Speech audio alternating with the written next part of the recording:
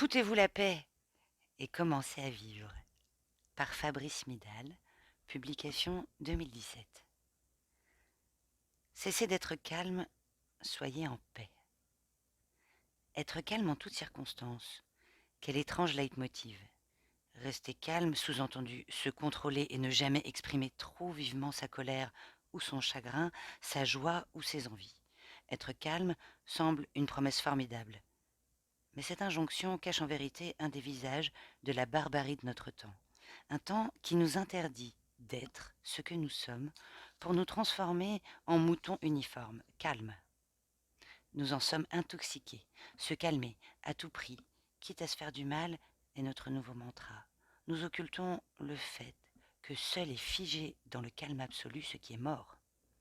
Ce calme que l'on nous vante est aux antipodes de la vie.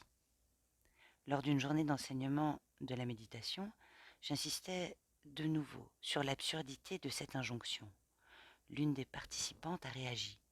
Moi, j'ai besoin d'être calme pour pouvoir me retrouver et prendre une décision, m'a-t-elle dit. Je médite pour être calme et je ne vois pas où est le problème. Je lui ai proposé de revenir au sens véritable des mots que nous utilisons. Calme, nous dit le dictionnaire, vient de l'occitan calma. Ce terme maritime désigne l'absence de vent qui contraignait autrefois les marins à l'inactivité, c'est-à-dire au chômage. Quand la mer est calme, il est impossible d'avancer. Le calme est l'absence de mouvement, l'immobilité statique. Évidemment que j'aime et apprécie les moments où je me sens en harmonie avec l'ordre du monde, pendant lesquels le temps semble enfin suspendu. Bien sûr que je me réjouis de ce sentiment de plénitude et d'apaisement, et je me réjouis d'autant plus s'il se prolonge. Mais je sais aussi qu'un calme-toi ne calme jamais quiconque. Ce sentiment dont je veux parler n'est pas une injonction. Il nous arrive de surcroît comme un don, il se gagne. Ce sentiment, je l'appelle paix. Paix, nous dit encore le dictionnaire, est issu de la vieille racine indo-européenne feg, que l'on retrouve dans le latin pax, mais surtout dans le verbe pango et dans le grec pegnumi, et qui signifie réparer, ajuster et travailler.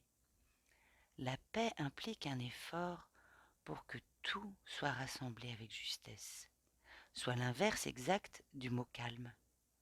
Pacifier n'a donc rien à voir avec calmer. En ce sens, la méditation pacifie, mais elle ne calme pas, heureusement. Le sentiment de paix ne correspond nullement à l'idéal lisse et parfait véhiculé en Occident depuis l'époque d'Épicure et des stoïciens. Il n'est pas ce calme reposant sur une vision étroite, éteinte, terne et donc fausse de la vie.